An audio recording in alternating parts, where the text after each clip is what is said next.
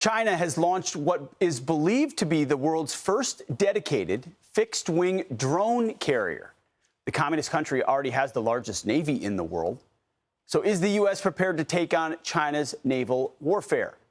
Here to discuss is former U.S. Army Special Ops Intelligence Officer and Fox News contributor Brett Velicovich. Brett, thanks for being here. We know this is where warfare is going, but based on what we can assess on this vessel is made for drones to deploy around the world. What does it tell you about what China's trying to do? Well, good morning, Pete. Yeah, this is potentially a game changer in naval power projection globally. It shows China's strategic thinking in harnessing these unmanned aerial technologies for maritime operations. And that's something, frankly, our own government lacks. China has taken a significant step in naval warfare here by launching the world's first dedicated drone aircraft carrier. It's designed for this fixed-wing drone operations. It's equipped to handle modern aerial drones rather than manned aircraft. And drone carriers like this, offer similar power advantages to traditional aircraft carriers because it's a fraction of the cost with limited risk.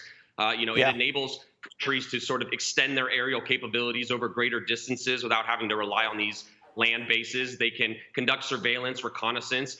And frankly, China's drone carrier could even play a role in future conflicts like Taiwan, where potentially even drone swarms launched from the sea and land can simultaneously overwhelm military defenses. And naval powers worldwide, they've been adapting existing vessels for drone operations. It's not just China. We've seen Iran recently take a commercial cargo ship and convert it as a Shahid drone carrier.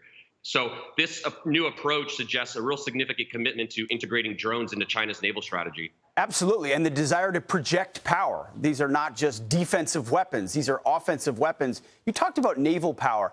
There is a quality to quantity at some level. Yes, fewer ships, you can still have more firepower if they're engineered correctly.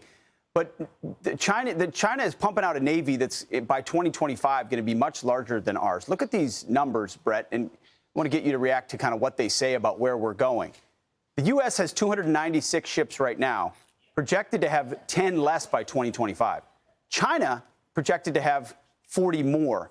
And their capacity to build is much larger than ours. So you combine that with drone technology, some large drones, some very large drones that almost look like planes on these aircraft carriers.